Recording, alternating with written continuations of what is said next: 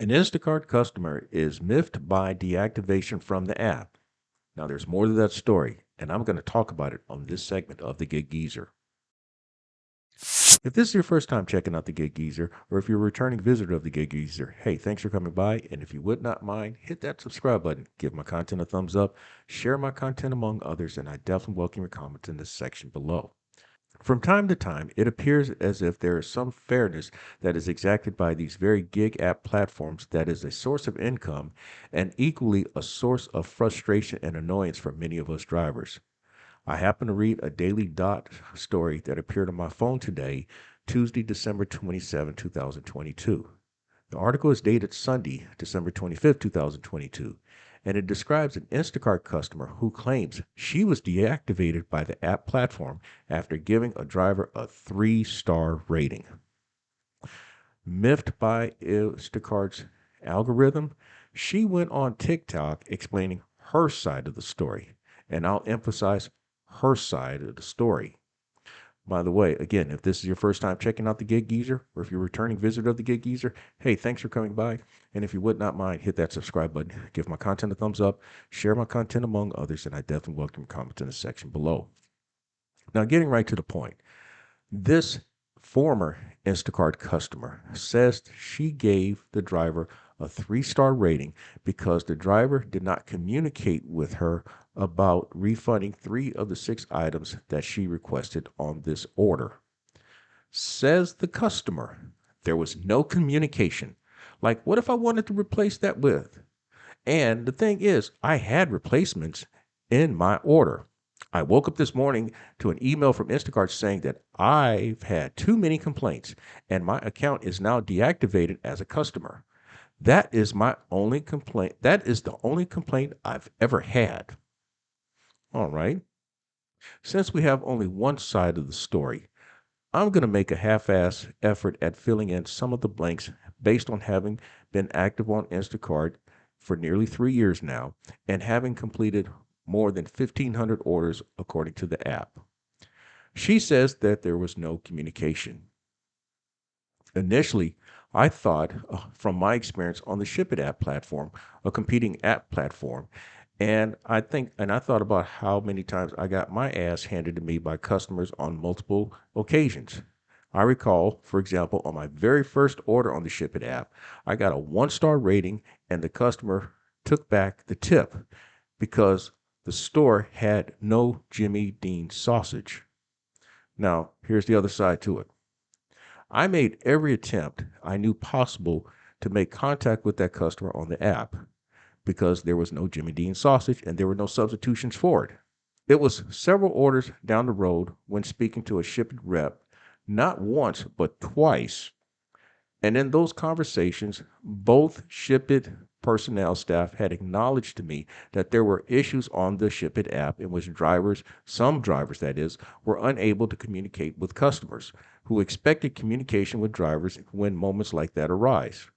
My complaint was, but why should drivers be penalized and be trashed when there was no way for the driver to communicate with them? And then I tried to, because Shipt allows for drivers to appeal for ratings forgiveness, I tried initially, it was turned down. Several months passed before those 1-stars were finally removed by Shipt because they finally acknowledged their own error. But now we're talking about Instacart. And Instacart does not allow a driver to randomly make substitutions, or for that matter, refunds. And I'll explain.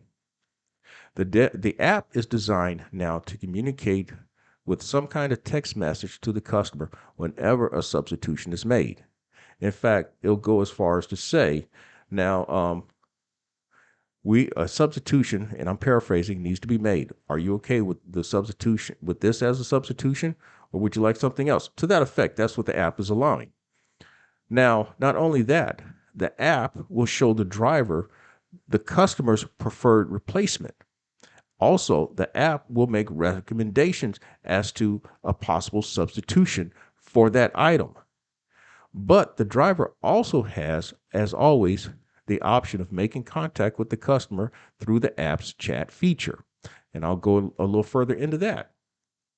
as drivers, we know there are some customers who are very active and are very much involved in the shopping process, and in some cases to the extent that they are an annoyance.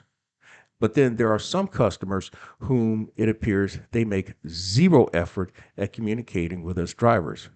So what are we left to do? Wait 45 minutes until a customer may decide to make contact with us?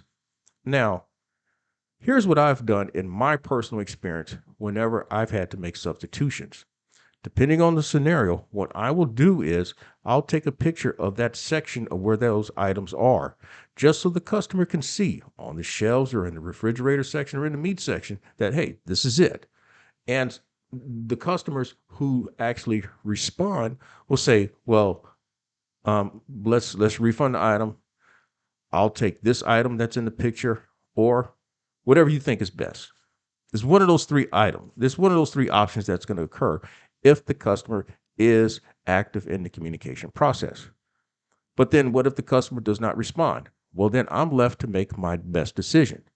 Depending on what's going on, I may substitute that item with what I think is the closest to it. And in most cases, I would say at least 9.5 times out of 10, there's no issue. But there's always that customer where there's an issue. But then there are other times in which I'm not going to chance it. And so I'll just refund that item.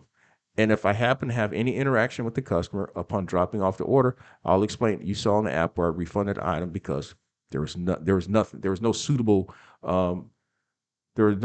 substitution. In fact, when you refund, the app will prompt and ask, what is the reason for it? And one of them is no acceptable substitution. Now, that brings me to another point about my experience on the Shipt app. Once Shipt had corrected its app communication issues, in which we were now able to communicate with the customers through the app. To avoid a customer trashing me, I still went as far as contacting Shipt to have them to contact the customer so that the customer would be apprised with what I'm trying to do, and why I'm trying to get in contact with them regarding a possible substitution or refund. Now, I've had mixed success with that, in that one customer actually gave me a 5-star rating and increased the tip.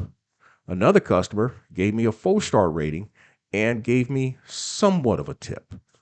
Now, that customer who gave me the 4-star claimed that I'd actually selected the wrong item, when in fact, initially I picked up the wrong item, but the correct item was eventually shopped. So the customer did in fact get the item that they requested. Now, here's the telling part of this article. The customer finally revealed the likely reason why she was deactivated from Instacart. Says the customer, I've had too many complaints, and now my account, I've had too many complaints, and my account is now deactivated as a customer. Well, my reaction is, good. One less bad customer on the app. I've shared on a couple of segments of the Gig Geezer in which I've expressed my satisfaction that Instacart has given us drivers the option of blocking customers if we've had a bad experience with them. In fact, I've not had to block as many customers of late, let's say since September of this year, as I did earlier back in April through June. In fact, here is one of the segments of the Gig Geezer in which I describe in detail why I blocked the actual customer.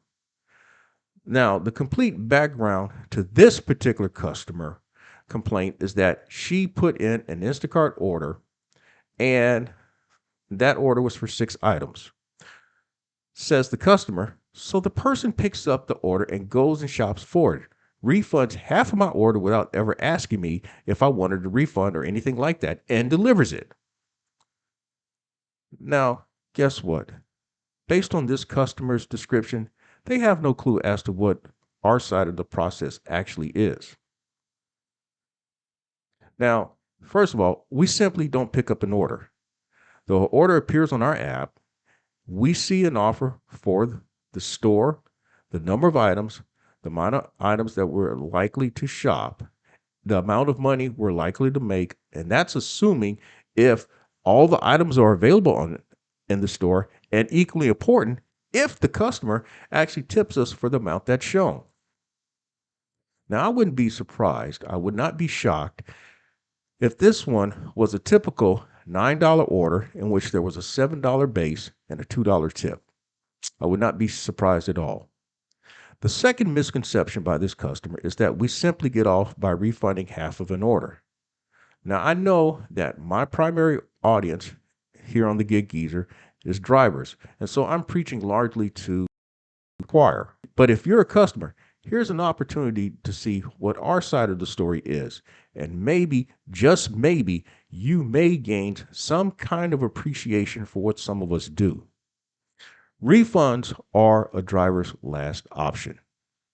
Another reason is that customers have the option to allow for a substitution or request that the item be refunded outright if the item that they requested is not available or unavailable. We can't just refund an order or an entire order just for the hell of it.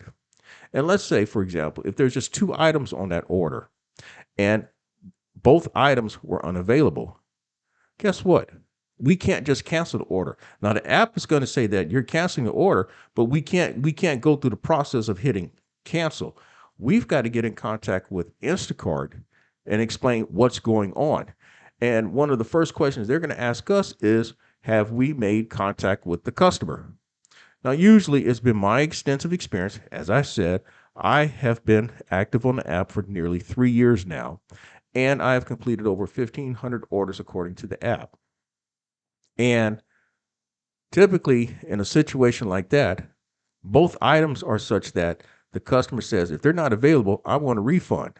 And so then Instacart is obligated to actually give the customer a refund and cancel the order on our part. And guess what? We only get partial pay. We get a base pay. We don't get none of the tip.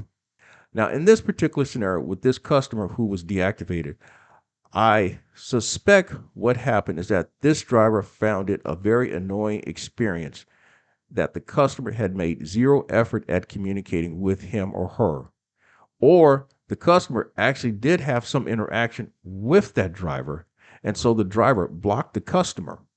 And apparently, from what I can tell now, if a customer has been blocked by too many drivers, the algorithm interprets it as that customer being a problem. And so a friendly, well-written email is generated by the app. Personally, I have zero sympathy for the customer, especially when us drivers are held to a much higher and narrower standard. Now, according to this article, customers predictably sided with the customer. One comment was, they're always messing up and I complain. Didn't know they would do that. Well, the assumption is that we're always messing up. And on our end, the assumption is that you're always trashing us and you're always taking back all or part of the tips.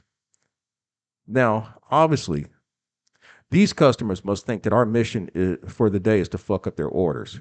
I'm sure that 99% of the drivers who are active on this app, who complete orders for Instacart, we will tell you that we make every effort to find every single fucking item on your goddamn order for your lack of appreciation and for your shitty tipping that seems to occur more than 99% of the time.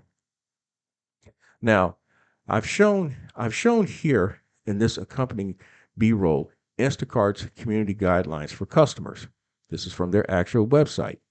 And the key phrase in all of this is at the end of the paragraph under the topic of respect.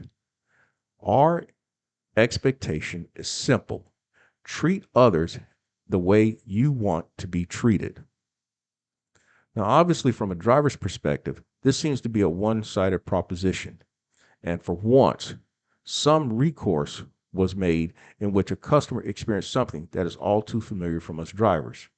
Now, if only Instacart can make reparations for the more than 50 million that you've stolen from us drivers since March 2020, I might begin saying more positive things about you conniving bastards.